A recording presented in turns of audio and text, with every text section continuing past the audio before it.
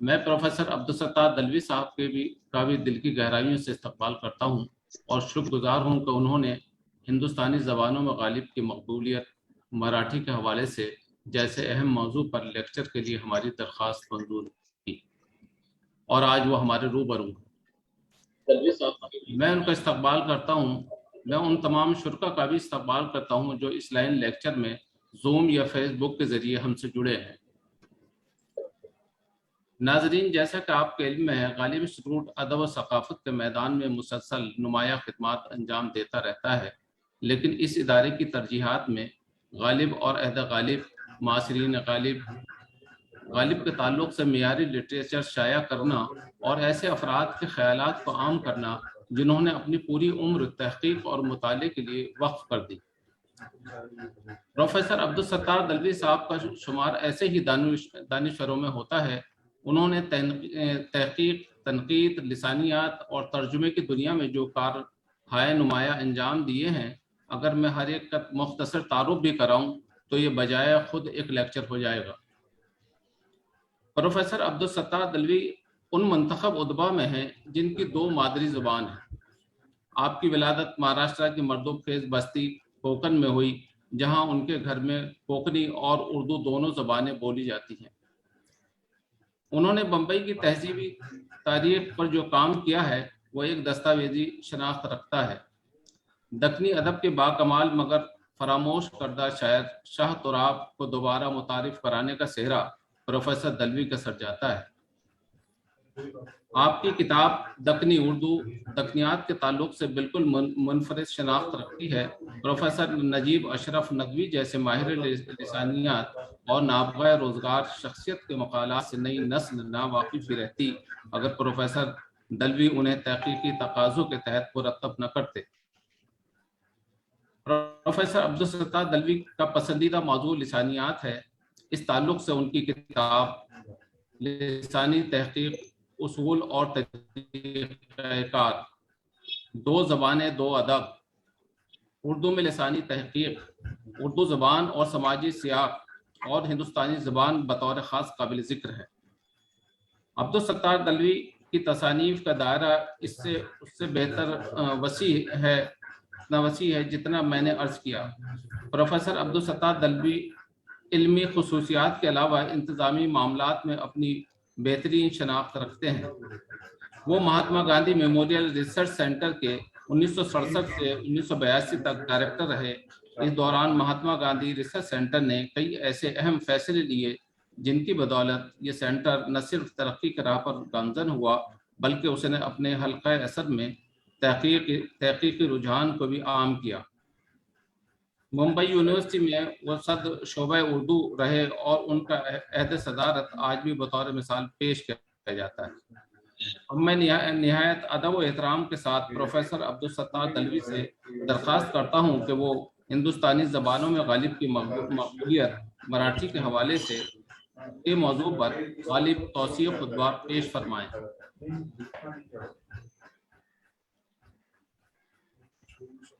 بہت بہت شکریہ جناب صدر پروفیسر صدیق الرحمان کے دعائی صاحب، غالب انسٹیٹیوٹ کے ڈائریکٹر ادریس احمد صاحب، خواتین و حضرات، سب سے پہلے میں غالب انسٹیٹیوٹ کا شکر گزار ہوں کہ جس نے آج مجھے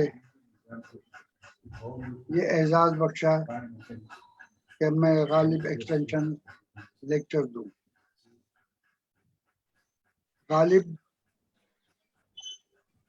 ایک ایسا مشکل موضوع ہے کہ جس پر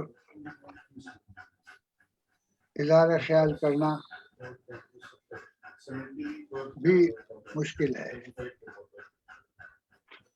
اور نیا موضوع تلاش کرنے میں جو دقت پیش آتی ہے وہ اس سے سبھی لوگ واقف ہیں۔ آج کا میرا موضوع جیسا کہ آپ جانتے ہیں ہندوستانی زبانوں میں غالب کی مقبولیت ہے۔